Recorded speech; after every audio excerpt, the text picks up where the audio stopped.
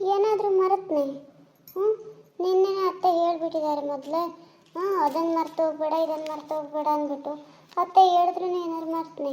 ಇಲ್ಲ, ನಮ್ಮ ಮನೆಯವ್ರು ನೇಗ್ಲು ಹಾಕಿದ್ದೀನಿ, ಬುತ್ತಿ ಗಂಟು ಹಾಕಿವ್ನಿ, ನೀರು ಹಾಕಿವ್ನಿ, ಬಿತ್ತನೆ ಮಾಡೋಕ್ಕೆ ಬುಟ್ಟಿನೂ ಹಾಕಿವ್ನಿ, ಬೀಜ ಬಿತ್ತನೆ ಮಾಡೋಕ್ಕೆ. ಇನ್ನೇನಾದರೂ ಮರ್ತನೆ? ಇಲ್ಲ ಅಂದ್ಕೊತೀನಪ್ಪ.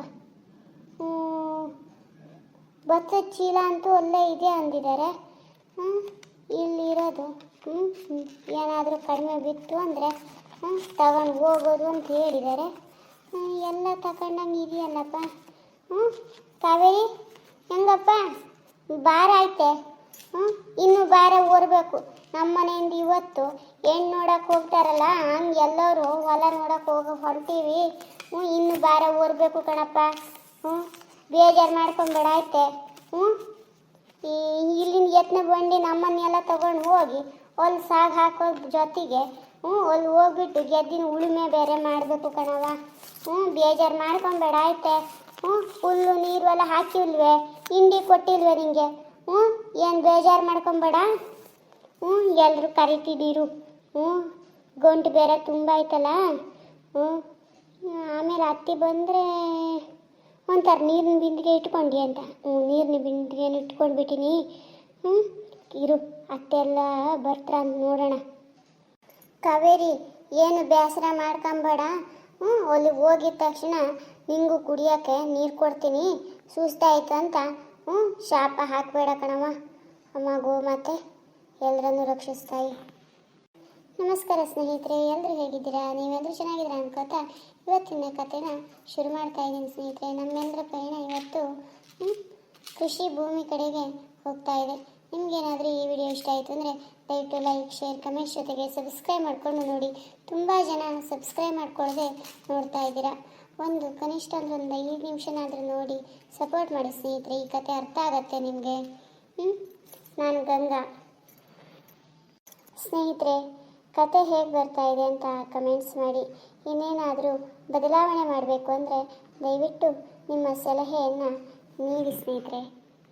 ಗಂಗಾ, ಏನ್ರಿ ಎಲ್ಲ ಹಾಕ್ಕೊಂಡ್ಯ ಹೊರಡೋಣ್ವೆ? ಆಮೇಲೆ ಅದನ್ನು ಮರ್ತೆ, ಅಯ್ಯೋ ರೀ ಇದನ್ನು ಮರ್ತೆ ಅಂತ ಹೇಳ್ಬೇಡ. ಅಯ್ಯೋ ಇಲ್ಲ ರೀ, ನೆನ್ಪು ಮಾಡಿ ಎಲ್ಲನೂ ಹಾಕ್ಕೊಂಡಿದ್ದೀನಿ. ನಿಮಗೆ ಗೊತ್ತಿಲ್ವೇ? ಇವತ್ತು ಅತ್ತೆ ಮಾವ ಮಕ್ಕಳು ಎಲ್ಲರೂ ಹೊಲಕ್ಕೆ ಬರ್ತೀವಿ ಅಂತ ಹೇಳಿದ್ದಾರೆ. ಅವ್ರನ್ನೆಲ್ಲ ತಗೊಂಡೋಗೋಣ ಇರಿ. ಯಾಕೆ ಇನ್ನು ಅತ್ತೆ ಬಂದಿಲ್ಲ, ಬರೋಂಗ ಕರಿತೀನಿ ಇರಿ, ನೋಡೋಣ.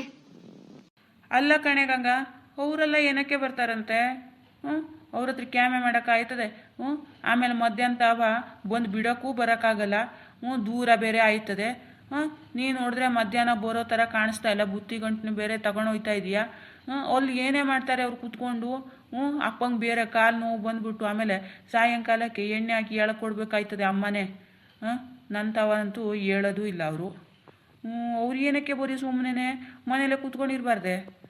ಅಯ್ಯೋ ಏನಿಲ್ಲ ರೀ, ಅವ್ರಿಗೂ ಎಲ್ಲ ವಿಷಯ ಗೊತ್ತೈತೆ. ಅದಕ್ಕೋಸ್ಕರ ನಾವು ನಮ್ಮ ಕೈಲಾದಷ್ಟು ಸಹಾಯ ಮಾಡ್ತೀವಿ ಅಂತ ಬೇಡ ಅಂದ್ರೂ ಬರ್ತಾವ್ರೆ. ಅಲ್ಲ ಕಣೆ ಗಂಗಾ, ನಮ್ಮ ಗೋಳಾಟನ ಅಪ್ಪ ಅಮ್ಮನ ತಾವ ಯಾಕೆ ಹೇಳಿದ್ಯಾ? ಹೇಳಿ ಬರ್ತಾನೆ. ಹಂಗೆ ಹೇಳಿದ್ರೆ ಅವ್ರಿಗೂ ಬೇಸರ ಆಗಲ್ವೇ? ಅಯ್ಯೋ ಇಲ್ಲ ರೀ, ನೀವು ಎಷ್ಟೊತ್ತಿಗೆ ಬರ್ತೀರಾ ಅಂತ ಬಾಗಿಲು ತಾವ ನಿಂತು ಕಾಯ್ತಾ ಇರ್ತಾರೆ. ನೀವು ಏನೇನು ಮಾಡ್ತೀರಾ, ಏನೇನು ಕಷ್ಟ ಸುಖ ಹೆಂಗೈತೆ ಅಂತ ಅವರು ನಿಮ್ಮ ಬಗ್ಗೆ ನೋಡ್ಕೊಂಡು ಕೇಳ್ಕೊಂಡು ಮಾಡ್ತಾ ಇರ್ತಾರೆ ಕಣಪ್ಪ. ಅಲ್ಲ ರೀ, ಒಬ್ರಿಗೊಬ್ರು ಮುಖ ಕೊಟ್ಟು ಮಾತಾಡ್ಸಲ್ಲ ಅಂದ ಮಾತ್ರಕ್ಕೆ ನಿಮ್ಮ ಮನಸ್ಸು ಏನಾದರೂ ದೂರನ ಐತೆ?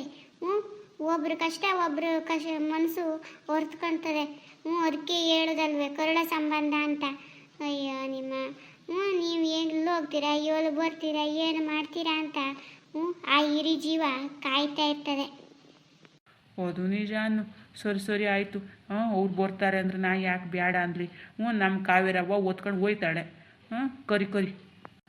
ಪರವಾಗಿಲ್ವೇ ನಮ್ಮ ಗಂಗಾ ಮೇಡಮ್ ಅವರು? ಕಾವೇರಮ್ಮನ ಚೆನ್ನಾಗೆ ರೆಡಿ ಮಾಡಿಬಿಟ್ಟವ್ರೆ. ತಿಂಡಿನೆಲ್ಲ ಎಲ್ಲ ತುಂಬಿಟ್ಟು ನಮ್ಮ ನೇಗಲನ್ನು ಬೇರೆ ಗಾಡಿಯಾಗಿ ಹಾಕ್ಬಿಟ್ಟಿದ್ದೀರಲ್ಲ. ಇನ್ನು ನಮ್ದೇನು ರಯ್ಯ ಅನ್ನೋದೇ ಕೆಲಸ ಅಲ್ಲ ಕಾವೇರವ್ವ? ಆಯ್ತು ಹೋಗೋಣ ನಡಿ. ಹೌದು ರೀ. ಏನೇ ಹೇಳೆ ಗಂಗಾ, ಹೆಂಡತಿ ಅವ್ರ ತವ್ರ ಮನೆ ಬಿಟ್ಬಿಟ್ಟು ಗಂಡನ ಜೊತೆ ಕಷ್ಟನ ಸುಖನ ಎಷ್ಟು ಹೊಂದ್ಕೊಂಡು ಹೋಯ್ತಾಳೆ ಅಂತ ನಿನ್ನನ್ನು ನೋಡಿ ಕಲಿಬೇಕು. ಅಲ್ಲ ಎಷ್ಟು ಕಷ್ಟ ಅನುಭವಿಸಿಯೇ, ಈಗ ನೋಡ್ರೆ ಇನ್ನೇನೋ ಕಷ್ಟ ಅನುಭವಿಸ್ತಿದ್ಯಲೆ. ಏನು ಹೇಳೋದು ನಿಂಗೆ. ಆಯ್ತು, ಅದಕ್ಕೇನೆ ಹೆಣ್ಣಂದರೆ ಕೈ ಎತ್ತು ಮುಗಿಬೇಕು ಅನ್ನೋದು. ತವ್ರ ಮನೇಲಿ ಮಹಾರಾಣಿಯಂಗೆ ಬೆಳೆದು ನೀನು ಗಂಡನ ಮನೆಗೆ ಬಂದು ಕೊಡಬಾರ್ದು ಕಷ್ಟ ಎಲ್ಲ ಕೊಡ್ತಾ ಇದೀಯ ಕಣವ. ನಿನ್ನಂತ ಹೆಣ್ತಿನ ಪಡೆಯೋಕ್ಕೆ ಪುಣ್ಯ ಮಾಡಿದ್ದೆ ನಾನು. ಏನಿಲ್ರಿ, ಎಲ್ಲ ಹೆಣ್ಮಕ್ಳು ಹಾಗೆ. ಕೆಲವಷ್ಟು ಜನರಿಗೆ ಒಳ್ಳೆ ಅತ್ತೆ ಅಂದ್ರೆ ಸಿಕ್ಕಿದ್ರೆ ಸೊಸೆ ಅಂದ್ರೆ ಸಿಕ್ಕಲ್ಲ, ಸೊಸೆ ಅಂದ್ರೆ ಒಳ್ಳೆಯವ್ರು ಸಿಕ್ಕಿದ್ರೆ ಅತ್ತೆರು ಸಿಗಲ್ಲ. ಏನೋ 7 ಜನದ ಪುಣ್ಯದ ಪರವಾಗಿ ಎಷ್ಟೇ ಕಷ್ಟ ಅನುಭವಿಸಿದ್ರು ಸಪೋರ್ಟಾಗಿ ನಿಲ್ಲಕ್ಕೆ, ಬೆನ್ನೆಲುಬಾಗಿ ನಿಲ್ಲಕ್ಕೆ ನಿಮ್ಮ ಅವ್ವ ಇಲ್ವೇ? ಎಲ್ಲ ಹೆಣ್ಮಕ್ಳು ಅಷ್ಟೇ. ಅವ್ರ ಅಮ್ಮನ ಮನೇಲಿ ಎಷ್ಟೇ ಕಷ್ಟ ಇದ್ರೂ ಹೆಣ್ಮಕ್ಳನ್ನ ಮಹಾರಾಣಿ ಥರನೇ ನೋಡ್ಕೊತಾರೆ. ಅವ್ರಿಗೆ ಎಷ್ಟೇ ಬಡತನ ಇದ್ರೂ ಹೆಣ್ಮಕ್ಳು ಅಂದಮೇಲೆ ಮಹಾರಾಣಿರೇ. ಗಂಡನ ಮನೆ ತಾವ ಹೋದ್ಮೇಲೆ ಅದು ಎಷ್ಟು ಕಷ್ಟ ಅನುಭವಿಸ್ತಾರೋ ಒಟ್ಟು ಕ್ಯಾಮೆ ಮಾಡಬೇಕಾಯ್ತದೋ ಅಂತ ಅಪ್ಪ ಅಮ್ಮ ಅವ್ರ ತಾವ ಇದ್ದೋಡ ದಿವಸ ನಂಗೆನೇ ನೋಡ್ಕೊಳ್ಳೋದು. ಏನು ಮಾಡೋಕ್ಕಾಯ್ತದೆ, ಕೆಲವೊಟ್ಟು ಹೆಣ್ಮಕ್ಳು ಜೀವನದಾಗ ಸುಖನೇ ಕಂಡಿರ್ತಾರೆ, ಕೆಲವೊಟ್ಟು ಹೆಣ್ಮಕ್ಳು ಫಸ್ಟ್ ಸುಖ ಕಂಡ್ಬಿಟ್ಟು ಆಮೇಲೆ ಕಷ್ಟ ಅನುಭವಿಸ್ಬಿಟ್ಟು ಮತ್ತೆ ಸುಖ ಅನುಭವಿಸ್ತಾರೆ. ಬಿಡಿ, ಏನು ಮಾಡೋಕ್ಕಾಗಲ್ಲ.